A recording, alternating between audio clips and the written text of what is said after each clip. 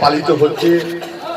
সেই অনুষ্ঠানে উপস্থিত হয়েছেন এই এলাকার সর্বস্তরের আমার গুরুজন ব্যক্তিবর্গ, শ্রদ্ধেয়া মাতৃমণ্ডলী, দিদি, বৌদি, বোন, ছোট ছোট ভাইরা, সকলকে পবিত্র দোল উৎসবের প্রণাম জানাই, শ্রদ্ধা জানাই, শুভেচ্ছা জানাই, অভিনন্দন জানাই, ভালোবাসা জানাই। এখানকার ধর্মপ্রিয় ধর্মপ্রাণ মানুষেরা সকলে সমবেত হয়েছেন সুরেলা গলায়, প্রাঞ্জল ভাষায়, নানা ছন্দে এখানে কীর্তন পরিবেশন হচ্ছে। স্বাভাবিকভাবেই এখানকার যে পরিবেশ, সেই পরিবেশে একটা ধর্মীয় আবেশ আমরা সবাই পরিলক্ষিত করছি। এই ধরনের অনুষ্ঠানে আমন্ত্রিত হবার সুযোগ পাওয়াটা বিরল। আমি সেই বিরল সুযোগ পেয়েছি, আমি তার জন্য নিজেকে ধন্য মনে করছি। বিশেষ করে যখন এই পবিত্র দোল উৎসবের এই আনন্দ ঘন মুহূর্তে যখন এই ধরনের একটা অনুষ্ঠানের সাক্ষাৎ পাওয়া যায়, তখন আমাদের সকলে যেমন ভালো লাগে, আমারও তেমন ভালো লাগছে। দোল উৎসব আমাদের সকলকে, সকলের মনকে, হৃদয়কে স্পর্শ করে, আলোড়িত করে। আমাদের জীবনে যেন যদি কোথাও শুষ্কতা থাকে, সেই শুষ্কতার পরিবর্তে সজীবতা এনে দেয় এই দোল। এই দোল আমাদের জীবনে নির্জীবতার পরিবর্তে শ্যামলতাকে আমাদের জীবনে এনে দেয়। তাই এই দোল উৎসবকে কেন্দ্র করে আমরা আরো সতেজ, আমরা আরো প্রাণবন্ত হয়ে উঠতে পারি। শুধু মানুষই নয়, যদি আমরা প্রকৃতির দিকে তাকাই, দেখব সেই প্রকৃতিও যেন মানুষকে বলছে যা কিছু অতীত তা ত্যাগ করে নতুনকে ধারণ করে ভবিষ্যতের পথে এগিয়ে যাও। গাছে গাছে পুরনো পাতা সব ঝরে গেছে, নতুন পাতা, নতুন মুকুল গাছে গাছে আজ অঙ্কুরিত হচ্ছে, গাছে গাছে আজ প্রতিভাত হচ্ছে। অর্থাৎ প্রকৃতি যেন একটা বার্তা দিচ্ছে আমাদের, যা কিছু অতীত, সেই অতীতকে ভুলে গিয়ে নতুনকে গ্রহণ করে আবার আগামী দিনের জীবনে এগিয়ে চলার শক্তি সংগ্রহ করো। আমি বলছি না সমস্ত অতীতকে আমাদের ভুলে যেতে হবে। আমরা যদি সব অতীত ভুলে যাই, তাহলে আমরা ভবিষ্যৎ কি করে গড়ব? কিন্তু কতগুলো বিষয় আছে যেন অতীত আমাদেরকে আচ্ছন্ন করে না রাখে। অতীতকে নিয়ে যদি আমরা বেশি আচ্ছন্ন বোধে ব্যাপৃত হই, তাহলে সেই অতীতের স্মৃতি আমাদের জীবনে অত্যন্ত ভারময় হয়ে উঠতে পারে। কোন ইংরেজি লেখক বলেছিলেন, past is a cancelled cheque, future is a promissory note, present cash in hand, spend wisely.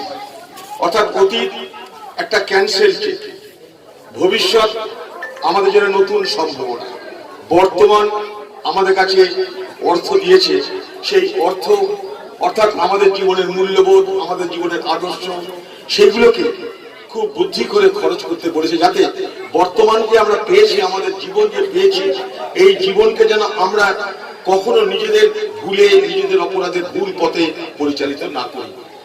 তাই স্বাভাবিকভাবেই প্রকৃতির সঙ্গে মানুষের এই সম্পর্ক আজকের নয়, যুগ যুগান্তের। যেদিন থেকে পৃথিবী সৃষ্টি, সেদিন থেকেই জীবের সৃষ্টি, আর সেদিন থেকেই মানুষের সঙ্গে প্রকৃতির এই যে সম্পর্ক, এই সম্পর্ককে আমরা আমাদের জীবনে, আমাদের ধর্মে, আমাদের আধ্যাত্মবাদে, আমাদের ধর্মীয় চেতনা সবকিছুতে আমরা তাদেরকে আমরা স্মরণ করে থাকি।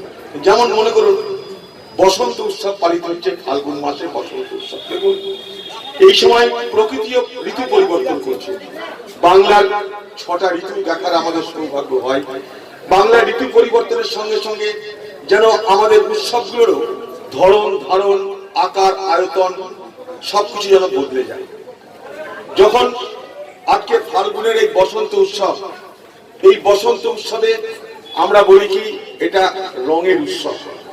বসন্ত উৎসব শ্রীকৃষ্ণকে সামনে রেখে শ্রীকৃষ্ণ লীলা আপনারা পালন করছেন। এই শ্রীকৃষ্ণ এই বসন্ততে যে দোল খেলেছিলেন, সেই দোল শুধু রং খেলা নয়। এই শ্রীকৃষ্ণকে মা যশোদা, শ্রীকৃষ্ণেও যদি আমরা তাদের ইতিহাস করি তাহলে দেখতে পাবো, তাদের যদি আমরা ব্যাখ্যা করি তাহলে দেখতে পাবো যে এটা একটা ভাব। এই ভাবের দ্বারা কিন্তু আমরা নিজেদেরকে পরিচালিত করতে যদি সক্ষম হই, আমাদের কাছে তাহলে কোনো কিছু সংকীর্ণতা প্রশ্রয় পাবে না। আজকে যশোদার সঙ্গে, মা যশোদার সঙ্গে শ্রীকৃষ্ণের সঙ্গে রাধা, এই যে সম্পর্ক, এই সম্পর্কের মধ্যে কি আছে? এই সম্পর্কের মধ্যে আছে প্রেম, ভালোবাসা, ভ্রাতৃত্ব, শ্রদ্ধা, সবকিছু জড়িয়ে আছে। অর্থাৎ আমাদের মধ্যে যদি এই ভাবের আমরা জন্ম দিতে পারি, যশোদার সঙ্গে শ্রীকৃষ্ণের কোন রক্তের সম্পর্ক নেই, কিন্তু তার মাতৃভাবের দ্বারা সে শ্রীকৃষ্ণকে আচ্ছন্ন করেছিল, শ্রীকৃষ্ণ তাকে নিজের মা বলে জানত। অর্থাৎ এই যে মাতৃত্ববোধ, এই যে মাতৃভাব, এই মাতৃভাবের মধ্যেই প্রকৃতির মূল সত্তা লুকিয়ে আছে, যা আমরা বারবার করে শ্রীকৃষ্ণ লীলায় আমরা দেখতে পাই। তাই শ্রীকৃষ্ণের সঙ্গে রাধার সম্পর্কের মধ্যে যে প্রেম, যে ভালোবাসা, সেই ভালোবাসা যদি আমরা জীবনের পাথেয় করি তাহলে আমরা সকলকে ভালোবাসতে শিখি। সকলকে যদি আমরা ভালোবাসতে পারি তাহলে এই পৃথিবী বিদ্বেষ থেকে, হিংসা থেকে, দেশ থেকে, ঘৃণা থেকে মুক্ত হতে পারে।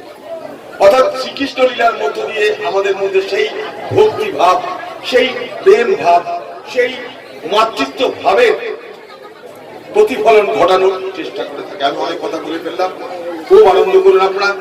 বসন্ত মানে আমাদের কাছে নতুনত্ব, বসন্ত নতুনের গান গায়, তাই গাছের মাথায় কোকিল বলে ওঠে, আমি এসে গেছি তোমাদের এই বসন্তের মিষ্টি সুর শুনিয়ে আমি তোমাদের আরো প্রাণবন্ত করতে চাই, তোমাদের জীবনকে আরো উচ্ছল, আরো উদ্দীপনায় ভরে দিতে চাই। তাই আজকের এই পবিত্র উৎসবে শুধুমাত্র উৎসব নয়, লক্ষ্য করে দেখবেন যে আমাদের যারা পূর্বপুরুষ ছিলেন তারা কিন্তু ধর্মের সঙ্গে সঙ্গে সমাজ, সংস্কৃতি, জীবন, স্বাস্থ্য সবকিছুকে জড়িয়ে ধর্মকে একটা কম্প্রিহেন্সিভ একটা রূপ দিয়েছিলেন। অর্থাৎ ধর্মের একটা সার্বিক রূপ দিয়েছিলেন।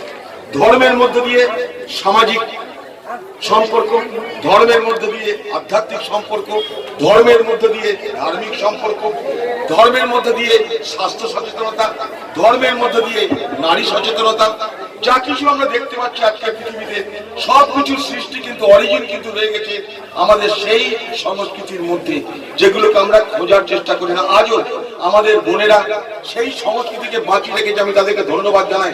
9:30 থেকে একটা মেয়ে আমাদের বোন, সে আপনাদের কাছে নিরবিচ্ছিন্ন ভাবে একটা পেশ করছে, তার পরিবেশনা পেশ করছে, একটা ধর্মীয় তত্ত্বের আলোচনা করছে। এটা বহু জ্ঞানের চালা হয় না, বহু জ্ঞান ছাড়া হয় না। কিন্তু আমরা বাজারে কাদেরকে জ্ঞানী বলি?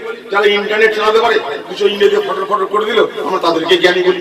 কিন্তু এই যে আমাদের সংস্কৃতিকে যারা বাঁচিয়ে রেখেছে, তাদের রস বোধ দিয়ে, প্রেম বোধ দিয়ে, তাদের শ্রদ্ধা বোধ দিয়ে যেটা আমাদের কাছে পরিবেশন করছে, এবং এই পরিবেশনের মধ্যে দিয়ে আমরা আমাদের মূল্যবোধকে আবার নতুন করে ঝালিয়ে নিতে পারছি, আমরা তাদেরকে কে কখন মনে রাখি না?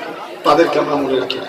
অথচ 9:30 থেকে বলুন তো, যদি কোনো আমি একটা আপনাদের দ্বারা নির্বাচিত একটা জনপ্রতিনিধি আমাকে যদি বলে, ভাই 9:30 থেকে তুমি মানুষের কথা বলো, আমার বাবারও ক্ষমতা নেই, হয়তো 8 ঘন্টা 45 মিনিট বলবো, খুব জোর 1 ঘন্টা 1 ঘন্টা বলবো। কিন্তু 9:30 থেকে এখন 1টা বাজছে, একটা মেয়ে কনস্ট্যান্ট এখানটায় পরিবেশন করে যাচ্ছে শ্রীকৃষ্ণ লীলা।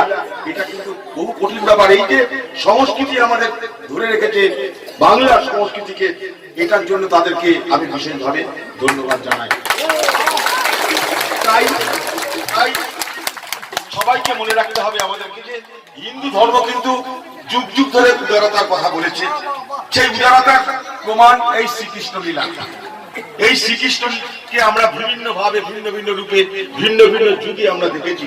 কখনো তাকে দেখেছি গোপালক, কখনো শ্রীকৃষ্ণকে দেখেছি রথের পরিচালক সারথী, কখনো শ্রীকৃষ্ণকে দেখেছি যোদ্ধা, কখনো শ্রীকৃষ্ণকে দেখেছি প্রেমিক। এই যে বহু রূপে আমরা শ্রীকৃষ্ণকে দেখে থাকি, আমরা তার ভিন্ন ভিন্ন রূপের দ্বারা আমরা যদি নিজেদের জীবনকে পরিচালনা করতে পারি, তারই তত্ত্ব তারা পরিবেশন করছেন।